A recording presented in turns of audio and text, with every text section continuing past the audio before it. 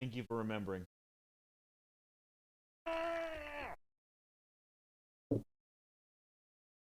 Oh, I'm glad you remembered too.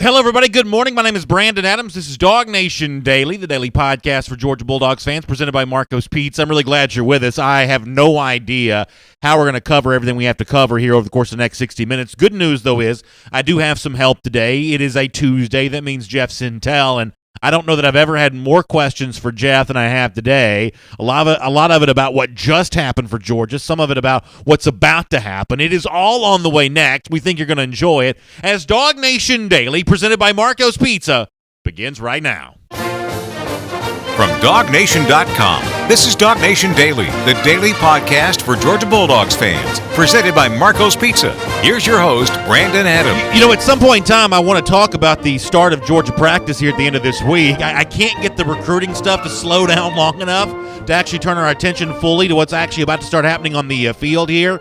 But there are plenty of intriguing questions about the 2018 version of the Georgia Bulldogs that we'll obviously get into over the course of the week. But for now, we've got a lot more twists and turns to pay attention to when it comes to the 2019 class, how that's coming together. By the way, Jeff Sentell on that subject here with us coming up in just a couple of minutes. But let me begin today's show this way. I think that one of the most popular people associated with Georgia football right now is a guy that's actually not even on the active roster yet. I'm talking about Nolan Smith, who in a lot of ways is to the 2019 class for Georgia a bit like what Richard LeCounte was for 2017. Nolan is just a energetic, magnetic type of guy. He draws fans to him. Fans love him, as I said. But he also draws players to him. He has been a great recruiter for UGA. With all due respect and apologies to Justin Fields, who on yesterday's show said that he thought he was Georgia's best recruiter. Georgia's actual best recruiter may be Nolan Smith. But Nolan Smith doesn't get everyone he wants. And as an example of that, here is a reminder of what Nolan told DawgNation a few months ago about one of the guys that he was targeting for Georgia's 2019 class. Here is Nolan Smith. I need DBs. I need a back end. Andrew Booth, I need you. Andrew Booth, I need you. You're a DB. You're an amazing DB. I need DBs. Like that. We already got the wide receivers. We already got the running backs. We already got D linemen, inside linebackers, outside linebackers. We need DBs. I love that from Nolan Smith because, how could you just not love the energy that he brings to the table there when he assesses what he views as Georgia's biggest needs here? And obviously, I think that Nolan Smith's rock solid to UGA. I think he's more worried about who joins him at Georgia than ever thinking about maybe going somewhere else himself. That's just what I believe about Nolan Smith. But those of you that listen and watch the show regularly also know that I was very much in line with Nolan Smith in that regard when it comes to Andrew Booth. Of the non-committed players, I viewed Booth as right there, as important as really anybody in the country. I wanted Andrew Booth to come to UGA for the class of 2019. I thought Booth was a big need for Georgia. As it turns out, Georgia's going to have to do without Andrew Booth. Many of you who follow this stuff closely are aware of the fact that yesterday Andrew Booth made his intentions clear. He committed to Clemson. That's not a huge surprise in the recruiting industry. A lot of folks thought that Booth was a Clemson lean now for a while, and he made that official yesterday. I've said before, it's sort of water under the bridge now, but I've said before that ultimately I'd love to see Georgia have more success in Gwinnett County. That's the county in which Booth lives. He goes to Archer High School. You could say the same thing about, guys like Owen Popo, maybe Andrew Booth most recently. But for all intents and purposes, that's just a conversation that's been had. It's sort of over and done with now. Georgia misses out on Andrew Booth. He's going to go to Clemson. And now the stage is set for where Georgia goes now. The stage is set for who's next when it comes to Georgia defensive back targets here. And the great news is, even on the heels of Andrew Booth choosing another school besides UGA, there are still plenty of options abounding when it comes to the Georgia Bulldogs. Let me start with the defensive back from down in South Florida, Tyreek Stevenson. A name that's really no strange to us here on DawgNation Daily, presented by Marco's Pizza. We've spoken about Stevenson a lot. It seems like there's a lot of chatter on the internet these days about Stevenson potentially trending towards UGA. A lot of this seems to center around the visit that Stevenson took for the big reveal event on Saturday. In fact, Stevenson on his own Twitter feed was sort of showing off himself in that good-looking brand new red and silver UGA uniform. If you're watching on video, we can show some of this to you here of Stevenson in the red and black, the Georgia uniform, showing off the number 7. Something about those single-digit numbers just looks really good anyway. Stevenson in the 7 is pretty impressive here. A nice collection of photographs there. He gives you the a couple of emojis. He's obviously loving himself and having a good time wearing that Georgia uniform at the reveal on Saturday. We'll find out more from Jeff Sentell about exactly what Stevenson thought about that event and kind of what all that meant to him this past weekend. But we do know some of his thoughts on Georgia, though. Tyreek Stevenson, the defensive back target that Georgia may be turning to in the aftermath of Andrew Booth choosing Clemson, or maybe Georgia's priority at that position all along. Well, back in June, Jeff Sentell, representing DawgNation, had a chance to speak to Tyreek Stevenson, and Stevenson talked about some of the things that he liked about Georgia. I want to show you this quote, and if you're listening to us either on the radio or in podcast form, I'll read the quote to you. But the relationship between Stevenson and UGA has been strong for a while, maybe getting stronger now, but even as recently as June, Stevenson was saying a lot of really good things about Georgia. He was quoted in DawgNation as saying, "The connection I have with Coach James Coley is real. He came down, we met, we actually connected," Stevenson says. He goes on to say, "Then I came up for a camp and we just hung out. I got the vibe from him that he's a real dude, and he's always going to keep his word with what he says." Then on top of that, they just signed one of my really good friends in Devod Wilson. That was also what kind of woke me up about Georgia. Once again, that's Tyreek Stevenson speaking to DawgNation back in June. Now, first of all, that quote, another example of one of the reasons why James Coley is such a big-time member of this Georgia coaching staff, a guy that could have left and gone to Texas A&M during the offseason. Georgia fans held on to him, or Georgia held on to him, and Georgia fans are really happy about that because of the one thing that Coley has that very few people can match are those deep ties and connections to young athletes down in South Florida. You see Tyreek Stevenson there call James Coley a real dude. Coley is just really good at giving off that vibe in that very talent-rich area, and that's really good news there. And obviously a lot of Georgia fans, based on what I see in the comment section every day, for those people who respond to the show live on video, Tyreek Stevenson's been very popular with UGA fans here for a while. As a consolation prize to Andrew Booth, I think Stevenson's a lot more than that. I think Stevenson may have been the choice for some Georgia fans all along. Let me also here really quickly before we shift gears mention a couple of other names here as well. You may have seen that the 4-star safety Lewis Seen from Texas, who told Jeff Sentell that he almost committed to Georgia during the reveal event this past weekend. He sort of had some time to think about exactly what he wants his commitment plans to be. I guess he's much like Demetrius Robertson, going to do a video here with Chiming In Media, so we could be hearing something from Lewis Seen here very soon. Also along the lines of defensive backs, I'd invite you to check out the video that Jeff Sentell recently did with DJ Daniel, the junior college defensive back, who we've also kind of talked about here for a while, who's one of those guys whose stature as a prospect seems to have really grown a good bit as of late. And you really start thinking about that trio of guys. Daniel, Tyreek Stevenson, we just talked about a lot about. Lewis Seen, who may be more of a safety, but nonetheless a pretty prime-time defensive back target here for UGA. There are no shortage of options here for Georgia in the wake of Andrew Booth choosing Clemson. That's the good news. The even better news is, based on the recruiting work Georgia did this past weekend, when it comes to sort of locking down some of these uncommitted defensive back targets, right now it looks like there's no program in better position to do that than the University of Georgia. My name is Brandon Adams. This is DawgNation Daily, the daily podcast for Georgia Bulldogs fans, presented by Marco's Pizza. Hello to you, and thanks for being with us, no matter how you get to us. Live on video at 10 a.m. on the DawgNation Facebook page, DawgNation YouTube page, or the DawgNation Twitter feed. A lot of video channels free to check out our program. You can also listen to us on the radio at noon every day on Athens Sports Radio 960 The Ref. We love being on the radio with our friends in the Classic City. We're also available on the podcast. We kind of think of that as the on-demand way to listen to our program. Pretty much anywhere podcasts can be found, you can find DawgNation Daily on the Apple Podcast Player or the Google Podcast Player for those of you that have the Android devices, SoundCloud, the world-famous DawgNation.com. We're just really glad you have found DawgNation Daily here today, and really thankful to Marco's Pizza, who makes it all possible.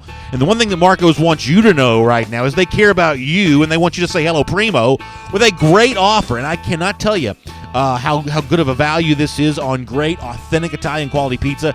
Right now, you can get 2 medium, 2 topping pizzas for just $6.99 each. It's every store, every day, the Italian way.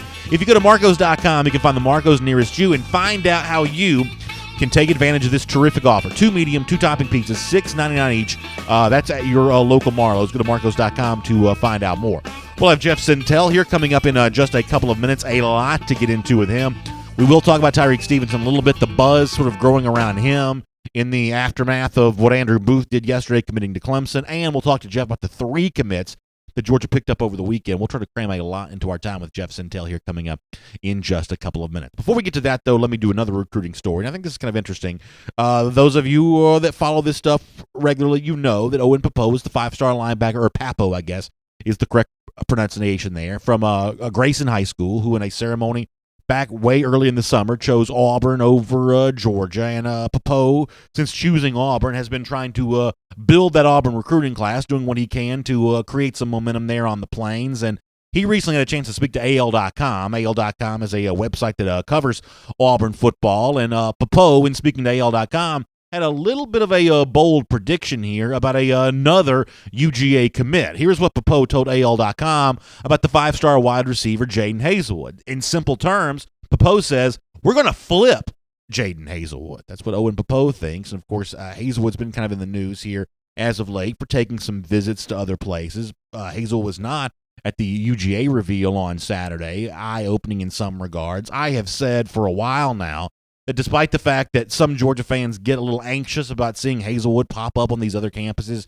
going on seemingly what looks to be a little bit like a tour of the world of college football, I've said over and over again that I don't think that Georgia fans have anything to worry about when it comes to Jadon Haselwood. I don't have any special insight into Haselwood. Jeff Sentell would. He sort of said the same thing. But when it comes to Jadon Haselwood, it has not bothered me at all that Haselwood has took visits, nor has taken visits, nor do I think that that Georgia fans ought to be bothered by that, nor do I think the chances of Haselwood flipping anywhere right now are very realistic. And this is true for a few reasons. First of all, if you want to go back to the wintertime, Jeff and I had a chance to interview Jadon Haselwood at a Marlowe's event that we did. And Haselwood back then was very clear about his plan that he was going to take his visits. Now, he talked warmly and glowingly about Georgia at that time, but admitted back then that visits were all going to be part of his process. In fact, here is what Jadon Haselwood said then about some of the visits that he's currently taking right now. Here's Haselwood. I'm in the process of scheduling my officials right now. Like, I'm taking my first one in April to Oklahoma, of course. But that doesn't change my opinion on Georgia. Like, I see fans commenting, like, someone told me respect the fans and we'll respect you or something like that. And I just looked at it and was like, man, y'all don't understand. You only can do it one time. Yeah, I don't fault Jadon Haselwood for feeling that way. I don't fault him for having this one chance, this one opportunity to do this thing, and that is, just examine the world of college football, take some visits. I don't fault him for that. Plus, my confidence that Haselwood eventually chooses UGA is sort of based on Georgia offering him something that Owen Pappoe's school, Auburn, can't. And right now, that's Justin Fields. Let's face it. Malik Willis, Joey Gatewood, the quarterbacks of the future right now at Auburn, Patrick Nix, with all due respect to them, I don't know that they're in the same category of what Justin Fields is for Georgia. And we know that for Jadon Haselwood, the presence of Justin Fields is really important. How do we know this? Because Jadon Haselwood has said as much. What do you think right now keeps you strongly committed to Georgia? Just the staff. But I'm not going for a staff, to be honest, though. But I know that my boy Justin going to do right by me if I go there. My boy Justin's going to do right by me if I go there. That's not the only time that Jadon Haselwood has talked in those kind of terms. Go back to a couple months prior. Haselwood also talking about the presence of Justin Fields at Georgia being a really important thing for him. And that 5-star quarterback like Justin Fields, with all due respect, that's not matched at Auburn right now. Here's a little more of Haselwood talking about the pull to Georgia for him brought about by Justin Fields. I mean, we got the number one quarterback for the class of 2018, of course. Me and him, we got a lot of chemistry. We played on the same 7-on-7 team. Like, if nobody there, he gonna throw it to me regardless. You gonna go up and get it, right? Go get it. If nobody else is there, he's going to throw it to me regardless. It's that friendship, that bond that Fields and Haselwood developed, being on the same 7-on-7 team together. I had a chance to ask Justin Fields, or I should say I had a chance to ask Jadon Haselwood more about that. This chemistry you have, is it more of an on-field thing or an off-field thing? And Jadon Haselwood says that bond with Fields is really about on and off the field. Here's a little more from Jadon Haselwood. I would say it's both because you got to get timing down. Timing is very important in route running and throwing the ball. So, and then of course, if you don't build a relationship outside of that, he's not even gonna look your way on the field. You know what I'm saying? Later on in the program, I want to let you hear from Justin Fields on Jadon Haselwood as well, and you'll hear this sort of a two-way street.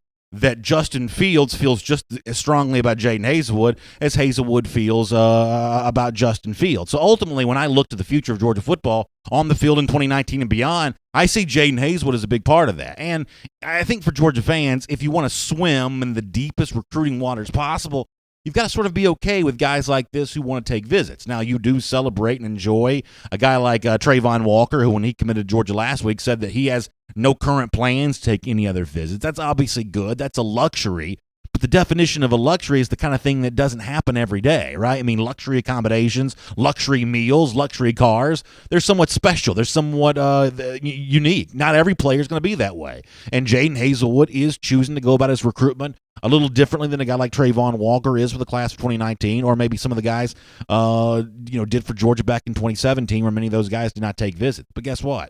If this is the process that Jadon Haselwood's going to choose to go through, you still want Jadon Haselwood, and I believe that ultimately Georgia is going to get him here. And I don't take Owen Popo's predictions seriously on this, nor do I take some of the chatter from opposing fans and message boards who sort of talk about Jadon Haselwood as being eventually a part of their class. I think Haselwood's at home at Georgia, and I think that Georgia continues to sell itself for Haselwood even when he's visiting some of these other campuses. But we'll obviously see how this plays out in 2019. We'll talk to Jeff about that and more here coming up. It's great to have you with us here on DawgNation Daily, presented by Marco's Pizza. A lot of recruiting stuff to get to. Huge weekend for Georgia. A lot to come in the weeks ahead. Let's find out more about that right now as we speak to Jeff Sentell.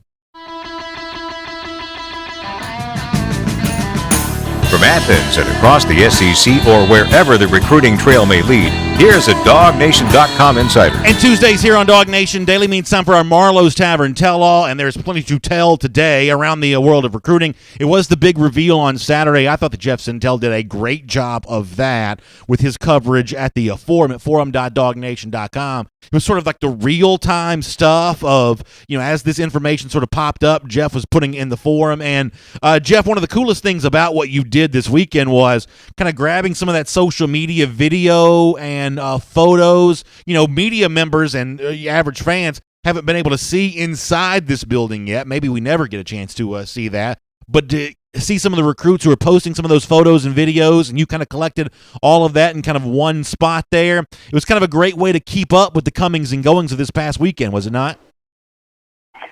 Brandon, hey, good morning, everybody. Hope everybody had a great weekend. I think, Brandon, I'm glad you're talking about the photos, because there was one photo that was shared across social media that I thought was kind of like Loch Ness Monster type stuff. And I'm referring to the photo, I think it was on Bill Norton's timeline. And Brandon, somehow, someone captured a photo of some Georgia commitments for 2019, and there was only one 5-star in there, man. Just one. I thought that was amazing. That was very hard to do these days, Brandon, because it's kind of hard to get a group photo of Georgia commitment without getting all those 5 stars in the frame. That is indeed true, and we'll obviously talk a lot about the good news for Georgia this past weekend. Let me start, though, with one. I don't even know if you call this bad news, but it's obviously disappointing for some. Andrew Booth, as you know, I think that you would suggest was a possibility. Many of our viewers and listeners had talked about being a possibility. Booth does choose Clemson yesterday. Andrew Booth, the five-star cornerback from Archer High School. Immediately here on this show, we turn our attention to the real defensive back targets then for UGA, and one of the names that comes up a lot is Tyreek Stevenson, a guy from South Florida who our commenters talk about all the time here. There's also some growing online buzz about Stevenson, it would seem. A lot of chatter about his cozy relationship with UGA. What can you tell us about this? Stevenson seemed to be enjoying himself this past weekend based on his own social media feeds here, and he becomes sort of the man of the hour now that Booth is off the market. Is that fair to say? I don't know, Brandon. I think there's lots of still potential mans of the hour to talk about with Georgia recruiting. I think there's a lot of names. That Tyreek Stevenson, the dream chaser, is definitely one of those, especially if you saw him play safety, corner, even play some receiver on the 7-on-7 circuit as well. But, you know, there's a lot of names now. Georgia knocked off a lot of names off maybe that got-to-get list over the last, 15 days or so. Tyreek Stevenson is a name. DJ Daniel is a name. Jermaine Johnson is a name. Clay Webb is a name.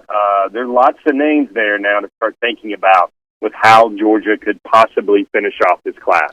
I'll also add to that on the subject of defensive backs. I mentioned this briefly before you joined us that, you know, Lewis Seen had some interesting quotes to you where he said that he almost committed to Georgia at the reveal event. Now we find out he's got a chiming in media video coming out, much the same way that Demetrius Robertson did as well. That's another one of those names to sort of add into that. What's next for Georgia defensive backs here, right? Yeah, Brandon, but I don't know if the matter and the record of that is exactly what everyone thinks it is. I don't know if Lewis is doing a commitment video with chiming in just yet. Might just be a where he's at video at just yet, because he did have a pretty strict timeline to me, as well as he articulated it to me, that he was going to take his official, which would be to Georgia, and then he would take another official to Florida during the course of the season, and then that's when he would make his decision known. And I guess everybody sees that chiming in video, the tweet, and I guess they feel that something is imminent.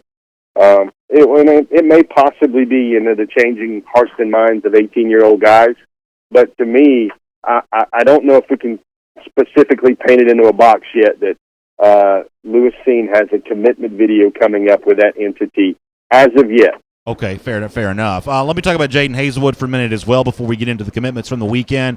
Jeff, you know, a lot of chatter about Haselwood, a lot of this stemming from the fact that he was not at Georgia for the reveal on Saturday. But my tune on this hasn't changed, and I guess it's not going to change until you tell me that it should. Haselwood is a player that Georgia desperately needs for 2019. I think that Georgia's the best spot for Haselwood. I think he's going to be a part of this class. I don't really care that he's taking visits. He told us at Marlowe's back during the winter that's exactly what he was going to do. And here now, as a part of this Marlowe's Tavern Tell-All, I find myself still saying the same thing, singing the same song. I'm okay with Haselwood doing his visits now because I think next fall he's playing football at Georgia. Have you seen or heard anything on Haselwood that would tell you that I should alter my opinion on him? Well, Brandon, I guess it's one of those things that it's still the same narrative until anybody decides to change it.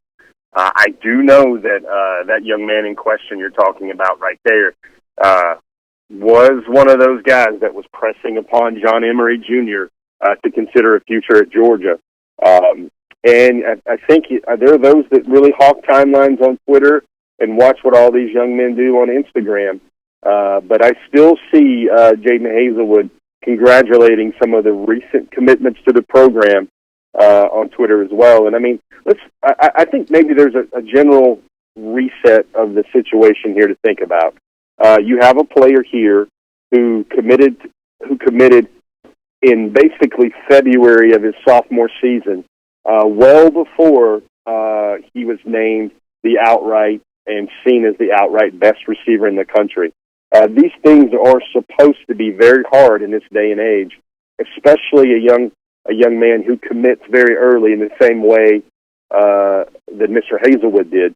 So with all that, I just think again, some bullet points here to think about. Number one, these things are supposed to be hard. He's always said he's going to take his visits even after his commitment.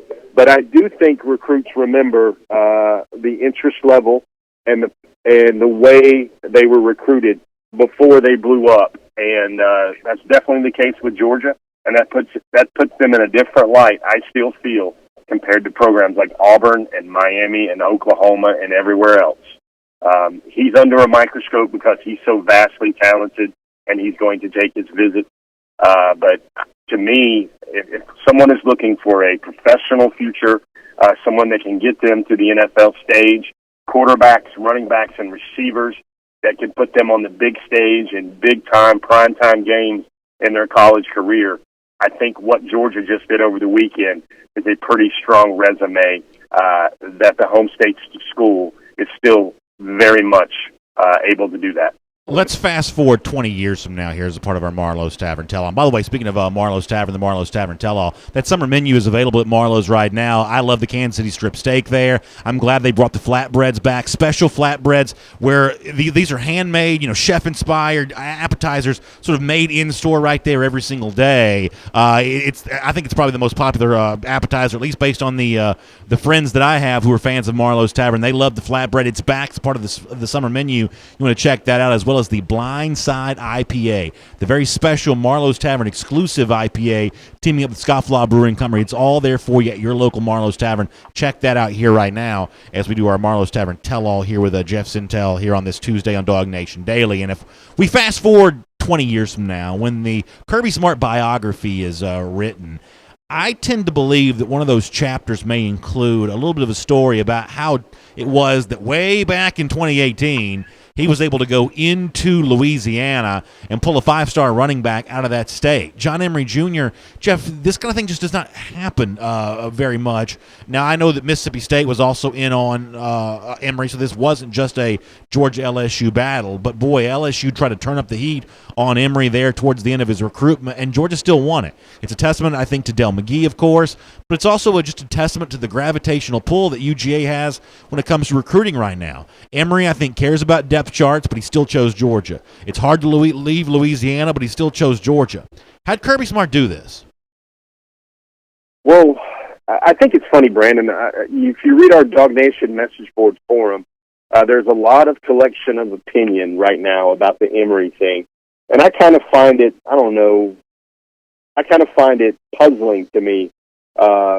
People say, how in the world is Georgia able to go and get these guys? Well, if there's any position where Georgia should get their guys, even if Dumbledore or Harry Potter was doing the recruiting for that position, it should be the running back spot. Everybody knows Keith Marshall. Everybody knows Todd Gurley. Everybody knows Nick Chubb. Everybody knows Sonny Michel. Everybody knows Daniil Carter and DeAndre Swift, who committed in the same year. Everybody knows James Cook, and everybody knows Xavier White. There's a clear pattern of here, even before the Kirby Smart era of recruiting, where Georgia has been able to get the running backs they want. And, to me, I think, and I'm going to paint myself as a member of the media tribe here, but I think there's been a lot of under-reporting on the John Emery story, at least when it comes to Georgia. And I think that's basically maybe because there's just the base-level reporting that takes place with a young man that's all the way out there in Louisiana. Knowing this story pretty well now, it's a lot simpler than everybody's conspiracy theories make it out to be. John Emery's first official legitimate offer from a school which could land him was the University of Georgia. John Emery looks at all of his schools and all the potential schools he could go to, and it's really not no algorithm or advanced calculus here. Georgia was the one school he could not find a single minus about.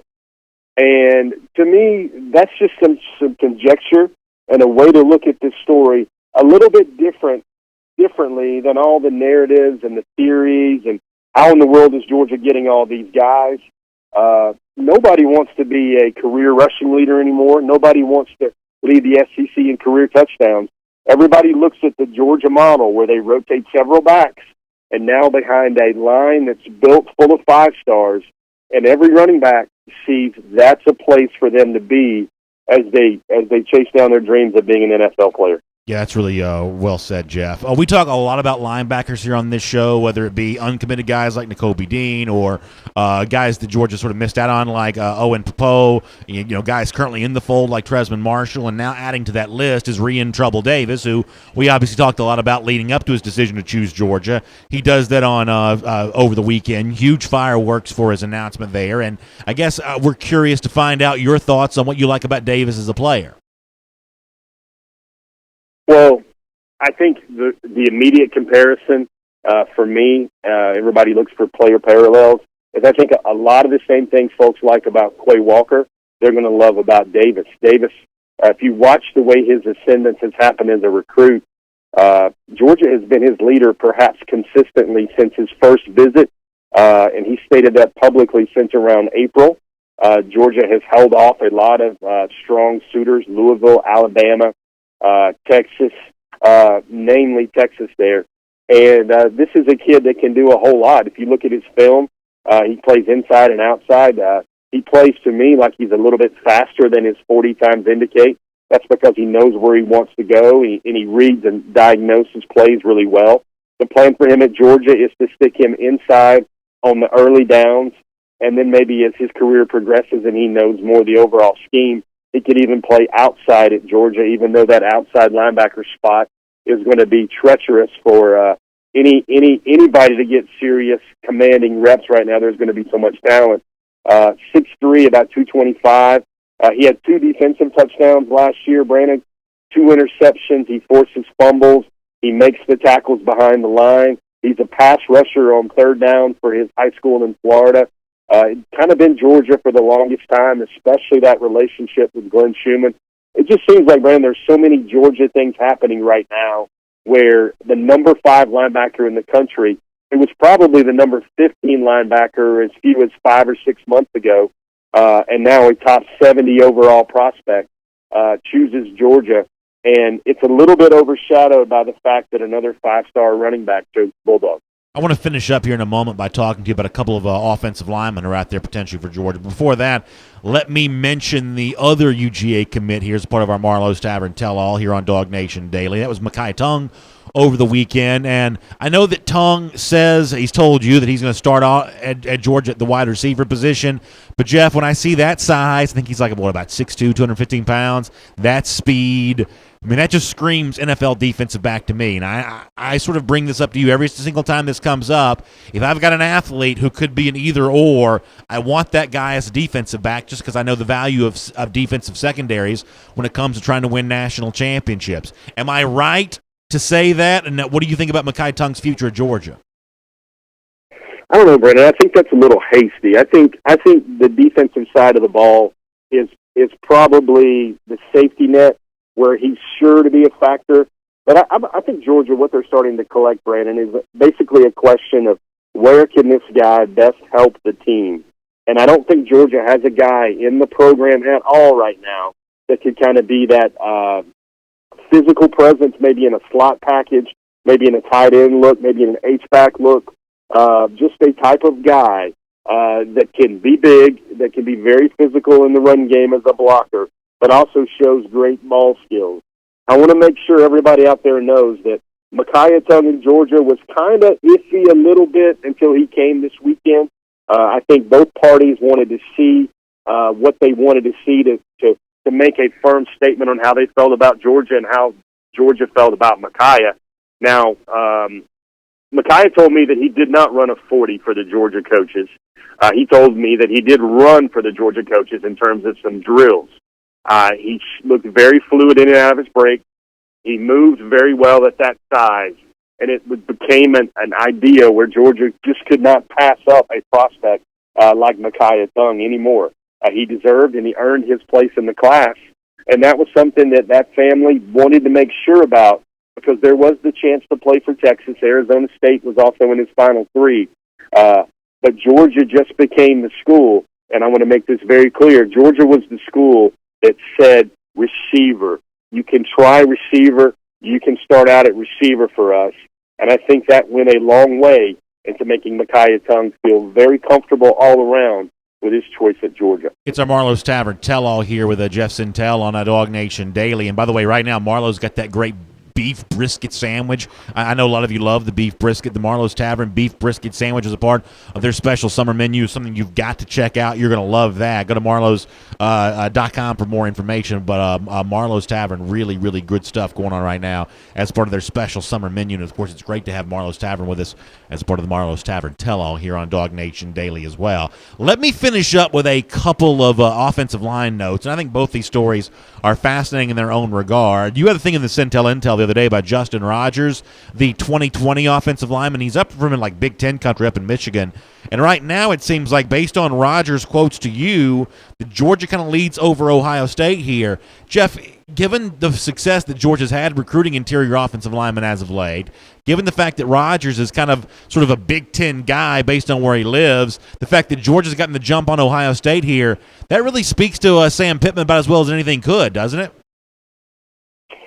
Brandon, that's another interesting point where, while the crystal ball culture is a currency for recruiting, and everybody looks at the crystal balls, and there are probably blogs that can be written about how it kind of inundates the general public with where a recruit's going to go prior to his decision.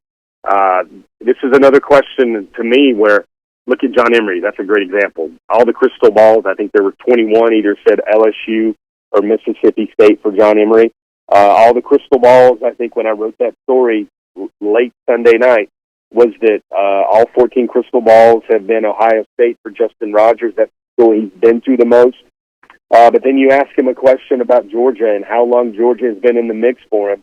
Nation's #1 offensive guard, mind you, for 2020, and he says Georgia has probably been his leader since G-Day. He was at G-Day, really reveled in everything he saw there, and it starts to make a lot of sense, Brandon, when you see Georgia loaded up at guard in 2018, not likely to take any guards in 2019, and then 2020 is when that commitment window and that playing time and depth chart kind of opens back up again for Georgia for an elite talent. But the one thing to think about with Justin Rogers that I learned, especially from our conversation, and it's even found there on his highlight tape as well, is that he could be, and these are the words that Sam Pittman has told Justin Rogers, he could be an offensive lineman or a defensive lineman in the SEC. His skills are just that adaptable to either side of the ball. 6'4", about 295 pounds. Nation's #1 guard, a 5-star offensive guard in the class of 2020 as well. And that's another year where Georgia might go light this year on the O-line, but they will go heavy. Excuse me, guys. He will go heavy in 2020. Well, speaking of offensive linemen for 2019, you say they may go light in 2019. I guess that's only if they don't get a guy like Clay Webb. And, Jeff, my feelings on this, if you want to go back to 2016 when you and I were doing this show together, interviews, we talked about guys like Mac Wilson and Ben Davis, linebackers out of Alabama at the time, and, the chances that Georgia could get one of those. In 2016, that was a pipe dream. Have things really changed this much that for the class of 2019, Georgia could go to a place like Oxford, Alabama, for like a top 20 player nationally like Clay Webb, a 5-star center? I mean, can Georgia really take Clay Webb from Alabama? Because there is all kinds of internet chatter about this as of late. Is this real? I mean, could this really happen, or is this the kind of thing that only sort of, helps bide the time until the season starts? Well, I don't think it's happened yet, Brandon. And I think, you make a good comparison point there with Clay. And to me, if this is ever going to happen, and this is coming from a guy who spent 8 years covering high schools and high school recruiting in the state of Alabama, I know how tough it will be to ever pull a prospect that Alabama and Auburn both want away from one of those SEC West flagship schools. But this is a case there where you've got to look at a lot of factors. Number one, Georgia is arriving and are approaching the type of presence nationally, and especially in the conference, that Alabama has occupied for the last 10 years. Mind you, this is a program, Brandon, that has only lost 20 games under Nick Saban. 20 games under Nick Saban. That's one of the most mesmerizing stats you can have when you talk about the Alabama legacy there. But then you start looking at other things. You look at Clay Webb. Georgia has one of their ultimate ace recruiters in Sam Pittman. After this young man, they've been recruiting him heavily for a long time. Clay Webb has been at back-to-back G-Days. He was at the Georgia Reveal this weekend.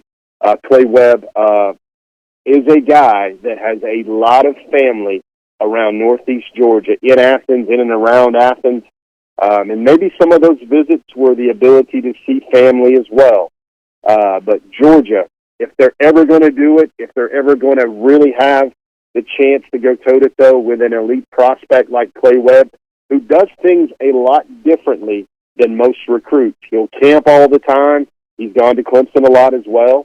And he doesn't just sit there and chill and take pictures. He uses those as opportunities to get better. He doesn't name leaders. He doesn't name top five. He goes his own way on all these things.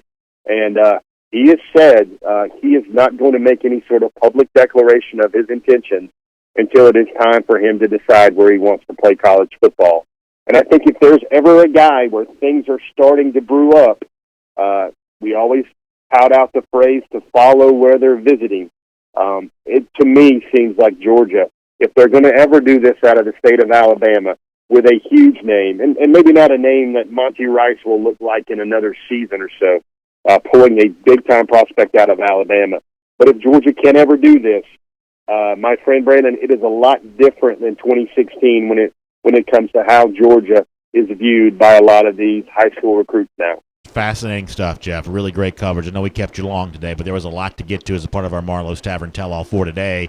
Maybe on Friday we can talk a little bit about Tresman Marshall. Your quotes from Marshall at DawgNation were fascinating. I want to get into that. I know you've got a lot more coverage coming up this week from everything that happened at the reveal for UGA this past weekend. Thanks for making time for us today, Jeff. We will look forward to speaking to you soon. All right, guys. Have a great week.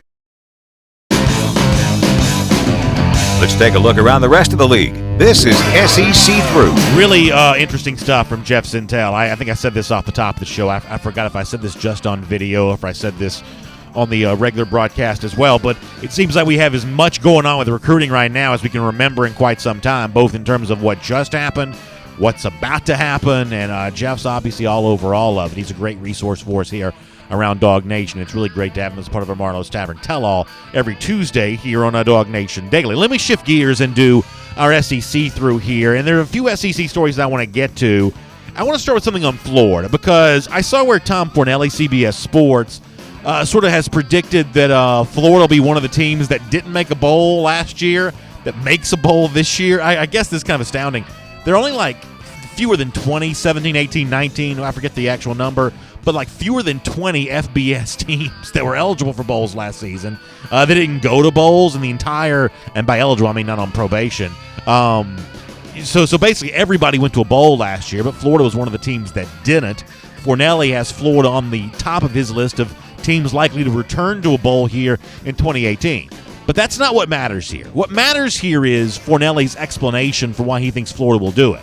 And in what Tom Fornelli writes, I think we get to the heart of the matter of why I believe a lot of the media is overestimating Dan Mullen's ability to turn things around at Florida and maybe underestimating just how difficult of a task that's going to be. Let me show you here some of what Tom Fornelli wrote about why he thinks Florida gets back to a bowl in 2018. He says, the Gators went 4-7 last season, but now listen to this. I pin a lot of the blame for that on coaching. Fornelli goes on to write, while the talent level in Gainesville isn't quite what it was during Urban Meyer's heyday, there's still plenty in the cupboard for Dan Mullen in his first season back with the Gators. The Gators also have a very manageable schedule in the SEC East this season. That's Tom Fornelli, CBS Sports. So essentially what he's saying here is Florida's got the talent, but Jim McElwain wasn't a good coach. Dan Mullen's a better coach, therefore Florida will be better. Let me tell you something. As a Georgia partisan, a huge Dog fan, and a big-time Gator hater, I hope that mentality continues to reign supreme. This idea that all Florida needs is better coaching, and somehow Jim McElwain's X's and O's weren't quite up to par, and therefore Florida suffered, and Dan Mullen's going to know more about play calling and know more about, just being a smarter coach, and therefore Florida's going to get better. If that's what Florida's pinning its hopes on, it's going to be a disastrous season in Gainesville and a disastrous tenure for Dan Mullen. And I've said this over and over again, and even Florida fans, I think for the most part, agree with me on this. I hope they never figure this out, but the obvious truth is the issue at Florida is talent, the lack thereof. And right now, Dan Mullen's recruiting no better than Jim McElwain did. McElwain failed at Florida because he never put together a top 10 class, and his first class was outside the top 20. He did not bring in Florida-level talent. And as long as that's the case there, then it's going to be an easy situation for Georgia, who's stacking talent in a way that it's never done before. Florida's not doing that. The SEC East ride for Georgia gets easier as long as Florida is ignoring what its real problem really is. Elsewhere around the SEC, Athlon Sports has talked about one of Georgia's opponents this upcoming season, LSU, and the hot seat status of its coach, Ed Orgeron. When you read what Athlon writes about Orgeron, it only reminds you of just how big of a game on the road it's going to be for Georgia in Death Valley in October. Here's Steven Lasson from Athlon Sports saying LSU's 2018 offense is littered with question marks, and a tough schedule won't make Ed Orgeron's job any easier. A 6-6 or 7-5 season would only add to the pressure on Orgeron going into 2019. I, for the most part, agree with everything that Steven Lasson says there from Athlon Sports, that the issue here is offense, the inability to fix that in Orgeron's first full season of 2017, Matt Canada's departure, the bringing in of former UGA offensive coordinator Steve Ensminger. LSU's got to be better on offense here. I don't think that Orgeron's going to get fired in 2018, but I think he could set himself up to be done in by 2019 if he doesn't find a way to win a couple of these swing games. And hosting Georgia in October is one of those swing games. It'll come after LSU's already played Miami, already played Auburn, so some of the opinion will start to cement itself for LSU fans for how they feel about Orgeron. But I expect it to be an intense atmosphere in Death Valley there that day, and I think Georgia's going to have its hands full against LSU. Ultimately, do I think the Dogs probably win? I guess I probably do. I'm really not picking against Georgia in that game right now, but the closer we get to the start of the season, the more that game starts to look really, really tough and challenging for UGA, and LSU will probably give Georgia its best shot there that day. One final story to get to here as our music starts to wrap up for our SEC through. Thought USA Today had an interesting piece looking at its first SEC power rankings for the 2018 season. Georgia comes in at number 2 on this list behind, well, I guess you're not surprised to hear that it's the reigning national champion Alabama. In fact, if you're watching on video, I'll show you the whole list here from USA Today. It's Alabama 1, Georgia 2, Auburn 3. You pretty much see that on all these preseason lists. A little surprised to see Mississippi State number 4. I do not think Mississippi State's the 4th best team in the SEC. I just don't trust first-year coach Joe Moorhead there. I don't mind South Carolina at 5. I think that's worthy respect there. Texas A&M over LSU at 6 and 7 is kind of interesting. Then you get to Florida at 8. I think way too high. Missouri at 9. I think that Derek Dooley is going to be a disastrous offensive coordinator. Tennessee at 10. I'm not sure they shouldn't be last. And then you get to Kentucky, Ole Miss, Arkansas, and Vanderbilt. Boy, you got some bad teams at the bottom of the SEC. A lot of bad teams. The good teams, I think, will be feasting on all season long. And that may end up being the story in this league here. The good teams putting together gaudy records, just taking advantage of teams like Arkansas and Ole Miss and Tennessee and Vanderbilt, who I just don't think are going to be capable of putting up much of a fight at all. That could be one of the real storylines to watch this season, the SEC. And for now, we'll make that your SEC through. And I promised you some Justin Fields audio. I'm going to get to that here in just a moment. Before that, though, on the heels of what I just said there with those USA Today SEC power rankings, let me do our Dog Day Q&A. Now, we've only got a couple more days of our Dog Day Q&A here because pretty soon the dog days of summer are going to be over and the season will be beginning as practice gets going here at the end of the week for UGA. But for now, I still want to gather your thoughts about how you think things unfold here for 2018. With that in mind, do you think there will be a surprise team in the SEC here this year? And in 2018, who do you view as the most likely surprise team for 2018 in the Southeastern Conference? That's our Dog Day Q&A question. We'll look forward to taking your comments on that live on video for those of you watching on Facebook, YouTube, or Twitter. Oh, and speaking of Twitter, you can also reach out to me at DawgNation Daily. If you're listening to the radio show or listening to the podcast, after the fact, we'll have this conversation with you on Twitter at DawgNation Daily. We'd love to have you chime in on our Dog Day Q&A. But for now, though, let me go back to early in the program. I was talking about Jadon Haselwood. You heard some interesting thoughts on that from Jeff Sentell as part of our Marlowe's Tavern Tell-All a moment ago. I am clear on my opinion on this. You know, would I prefer UGA commits not take other visits? Obviously, you'd prefer it. Do I think that the visits mean that Haselwood's ultimately not going to be a part of the Georgia class? I do not. I think he's still choosing UGA.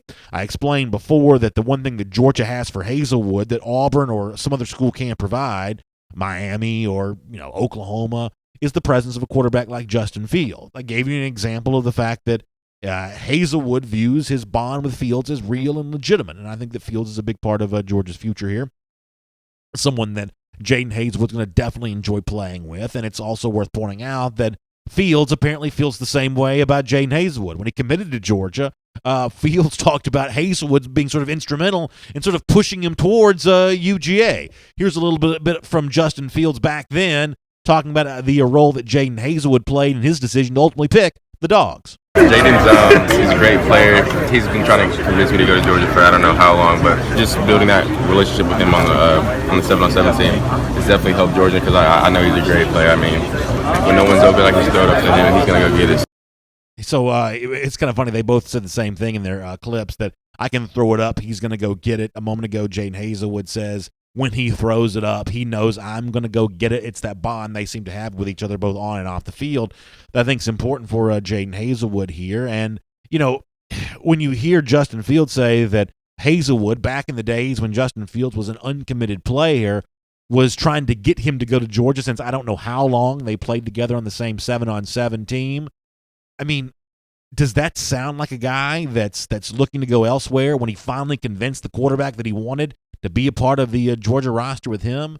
Does that sound like the kind of guy that's on the verge of choosing somewhere else, or even strongly considering choosing somewhere else? Plus, when you add to that what Jeff Sentell told us a moment ago as well, that Jadon Haselwood was pushing John Emery Jr. to choose Georgia.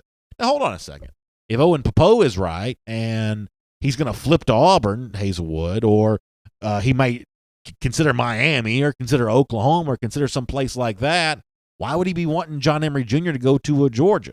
It sounds like, to me, Haselwood wants Emery at Georgia because that's also where Haselwood's going to be here. I mean, ultimately, I think this is much ado about nothing. I think that Jadon Haselwood's a big part of the future for Georgia on offense. Now, Kirby Smart has said it's good when players choose not to take visits. In 2017, it really helped Georgia that so many of those guys sort of forewent their opportunity to go and visit other schools. But not every prospect's going to choose to go about their business the same way. Haselwood's made his choices. Haselwood's going through his process. But I think we can all agree that process ultimately ends with Haselwood at Georgia in 2019. All right, let's get ready to wrap up today's program. So this weekend all gets going. Georgia's going to have some media availability on Friday. Kirby Smart speaking to the media. Some players available for the media there on Friday. That's the day of the first practice, I think, although I'm still not 100% sure about that. And then on Saturday, it's the open practice there in Sanford Stadium. It's also picture day, a chance to get a photo with UGA 10, maybe get some autographs from some of the UJ players. Kirby Smart going to be a part of that as well. So the 2018 season is essentially here. We're going to have a lot of practice coverage for you here on DawgNation Daily, presented by Marco's Pizza. Starting next week, it's going to be really, really fun, but obviously the twists and turns of the 2019 class will continue to still be a big topic of conversation here as well. I just love this time of year. I'm so excited about the season being here and really glad you're choosing to be a part of it with us here at DawgNation Daily. Let me also close out by saying 88 days from right now, Georgia beats Florida again. It's our Gatorator countdown. We do it every day. We'll see you tomorrow right here on DawgNation Daily. And on video. Look forward to getting your comments. A lot of stuff from the recruiting world on today's show. Always afraid I'm going to leave something out. If I did not talk about something that you wish I would have, let's get into that right now. Anything you want to get into. Jimmy Barnes says, who's covering practice for DawgNation? Jimmy, we're going to have Chip Towers there every single day, Mike Griffith there every single day. Both those guys are going to be embedded with the team there in Athens, and if they'll let me, I'm gonna try to get to Athens a little more this summer and this fall. I got to see if I can get unlocked from the studio. But if I can get unchained here from this desk, I'm gonna see if I can get over there some this fall too. So, but it's gonna be Chip and Mike there every single day. Me there when I can. Miriam Martin Corbin says about some of these recruits, they enjoy taking paid vacations. I don't blame them at all.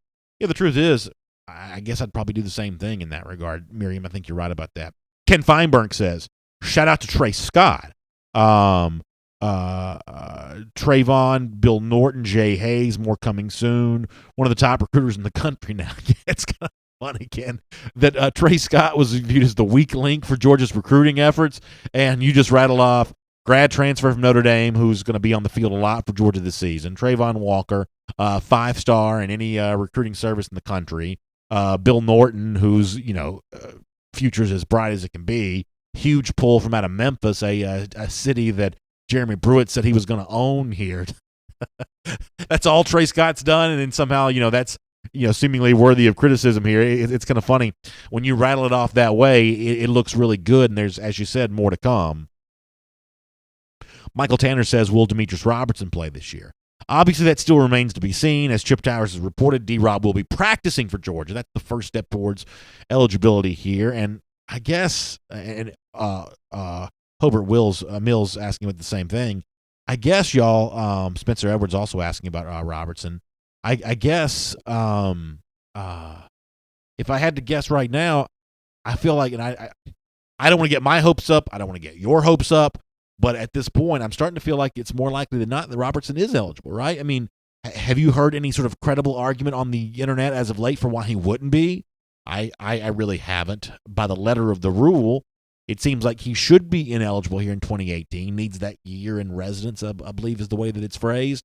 But as I said to Chip Towers yesterday, the NCAA has rules on this kind of stuff, but there is no rule that says they must follow their rules. And this does not look like a rule in which the NCAA has a whole lot of will to enforce anymore. So if I had to guess, I'm guessing he's eligible.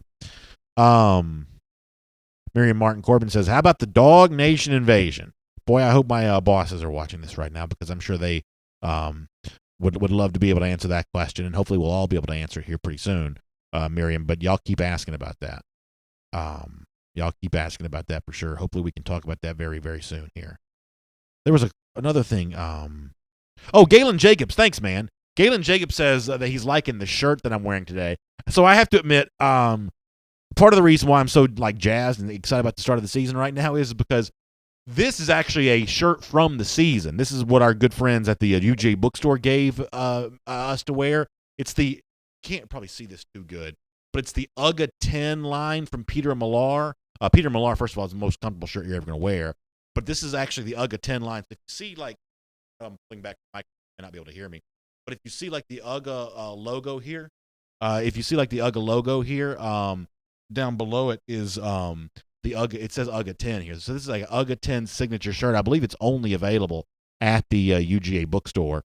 But yeah, so this is a shirt that I loved wearing during the season. Looking forward to wearing this back to Athens again this fall, and it came from the UGA bookstore, which is kind of our home away from home when we're in Athens, so you can kind of check that out there for sure. Thanks for saying that, Galen. I appreciate that.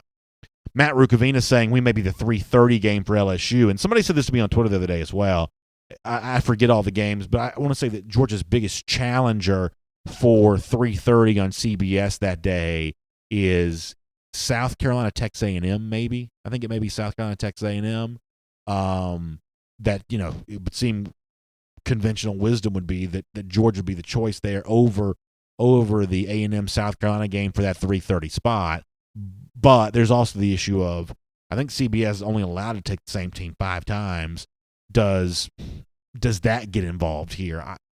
I do agree with what people have said, though, including Matt right there, that it could be that it's just, Georgia and LSU destined to be at 3:30, which most of you, I think, would view as kind of good news to avoid the full night game. By the time you get to the fourth quarter, it's essentially a night game then there at that point in time, and you'll hear the PA announcer come out and say what he always says. What is it? The sun has taken its home in the western sky, and it's nighttime in Death Valley, or whatever it is that he says. Yeah, that's something to sort of keep your eye on and watch. Juwan Smith over on YouTube says, I'm fine with getting Tyreek Stevenson and DJ Daniels after the Booth decision. I think a lot of Georgia fans, Juwan, feel the same way on that, including Jacob Mahaffey, who essentially says the same thing there. Tabari DQT Trucker says, I like the old Bulldog emblem better than the new one. So I love this, thank you. Well, look at that camera work there. Getting the, let me see if I can move this. There you go. That's the UGA 10 deal. I love this logo where you see the dog with all 4 of its legs. I like that, and you can actually read the UGA 10 thing here. This is from Peter Millar, found at the UJ bookstore. How about that close-up camera work there? This is like a real show. Yeah. So I do like some of the old school Georgia stuff. I mean, if you take me to a apparel store, UJ bookstore is a great example. I'm just sort of an old school guy. I am definitely going to gravitate towards the more classic looking apparel. It's part of the reason why I like the Peter Millar stuff, and that's not a plug. Peter Millar's not an advertiser, but that's part of the reason why I do like that stuff, is because it sort of looks and sort of old school classic. I just sort of gravitate towards that. Some of the new school stuff that sometimes Nike makes, I have to admit it's not my favorite. But yeah, so I'm sort of a classic design guy on some of that kind of stuff. Alexander Rain says, okay, BA, when are we getting the T-shirt? Stop forcing us to look at it every day. I'm sorry, y'all. He's talking about the DawgNation Retaliation T-shirt. We want to talk about style, comfort, class. I mean, it doesn't get any better than that. In honor of the big event from December when Georgia won 28-7 against you-know-who, we've got to get those. We've got to get those taken care of. You're absolutely right about that, Alexander. I certainly appreciate you bringing that back up. Dan Riggin says sometimes the new Nike stuff looks too cartoonish. For me, I would sort of admit that to be true, Dan. I agree with you. Brian Keppert says, I got in an argument yesterday with a Florida fan on social media. What delusion is Mullen feeding them? He doesn't have the talent to compete yet. He can't even keep the guys he recruited in line, Gator hater. Yeah, I mean, Brian, I'll admit I'm of two minds of this. On the one hand, as sort of a partisan fan, I hope that delusion, they keep buying into it. I think that they sort of bought into some of that with Jim McElwain, that somehow he was going to sort of coach up the guys that he had. Mullen, who sort of has more of that reputation going back to his time at Mississippi State, I hope they continue to believe that. But as somewhat of an objective analyst, to the extent that I can be that, I mean, it is just laughable to me that Florida is building its roster around a talent level that's so far below what the typical Gator standard was, going back to the Will Muschamp era, the Urban Meyer era, the Steve Spurrier era. I think the issue here is that Muschamp failed on one side of the ball. You know, Jeff Driscoll didn't really pan out as a quarterback. That was a five-star guy. And they sort of never, replaced that quarterback. They never found that. And so I think some Florida fans have an erroneous viewpoint of the Muschamp era, that good recruiting is, I don't know if they would say that it's overrated or if they would just say that it's not the end-all be-all. But, it was really Muschamp's players that McElwain used to win the East 2 years in a row, those guys that he recruited. It's amazing to me that Florida, in the Sunshine State, a place where you ought to have, easy path towards recruiting, it's amazing what a sort of lack of priority that seems to be at the moment there. Dapper Dan says, sell that shirt for $1,000 on eBay. I guess I would if I could there in that regard.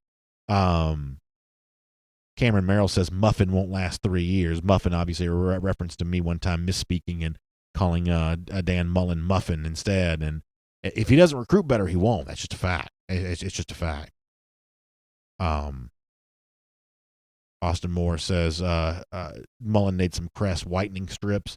I guess the lack of white enamel, kind of a new tradition for Florida coaches.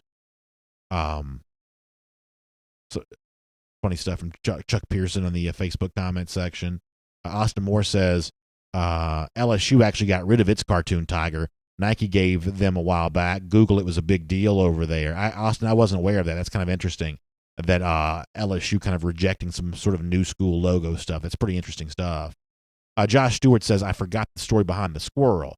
Josh, thanks for reminding us of that. So here's the story of the squirrel. Now, it's also sort of evolved over time here a little bit as well. So the story of the squirrel to start off with was Dan Mullen was speaking at one of those Florida, rubber chicken circuit, booster events, and was saying, about Georgia that, it was no big deal that Georgia won the SEC just one time, referencing last year, saying even a blind squirrel can find a nut. He was meaning it as a joke. He's speaking to Florida fans. Georgia fans obviously took notice of it. And so ever since then, we've had Eddie the blind squirrel on our desk here. The reason why the squirrel's name is Eddie, and many of you sort of get this inside joke, is that a lot of people have made the comparison between Dan Mullen and Randy Quaid, the guy that played Cousin Eddie in the National Lampoon's movie, including Christmas Vacation. So he's named Eddie because some people think that Dan Mullen looks like Randy Quaid.